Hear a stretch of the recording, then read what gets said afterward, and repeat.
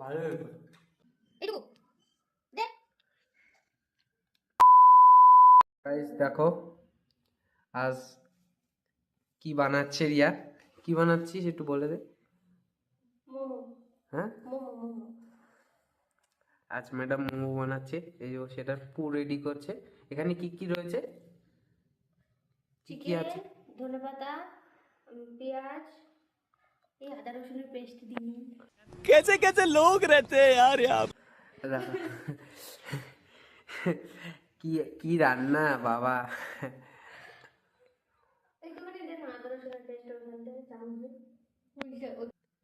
তো গাইস মানে মোমো বানাচ্ছে উনি, কিন্তু কি কি দিতে হবে এখনো সেটাই জানে না। আরেকটু আরেকটু ওইটুকু দেখো হাতের থেকে পড়ে না, এইটুকু দে।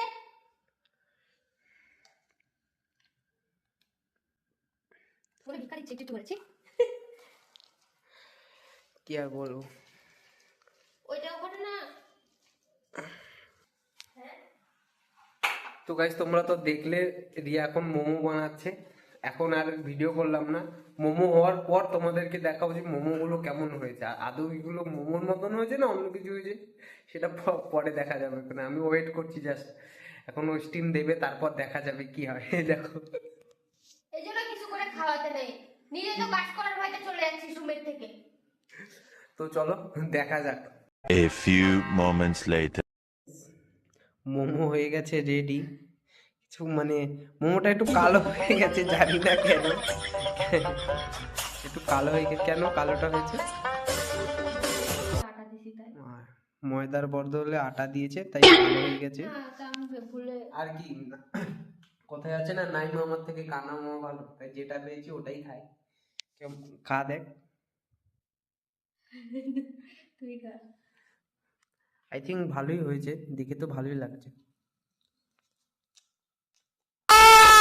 Very dangerous!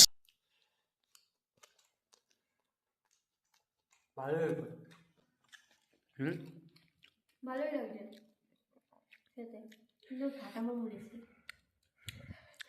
এমন কয়েকটা বউ যত ভগবান সবার ঘরে দেয়। বাবা তো বাই গাইস, আজকে বাস এতটাই। আমরা মোমো খাই, তোমরা দেখতে থাকো, কেউ লোভ দিও না কিন্তু।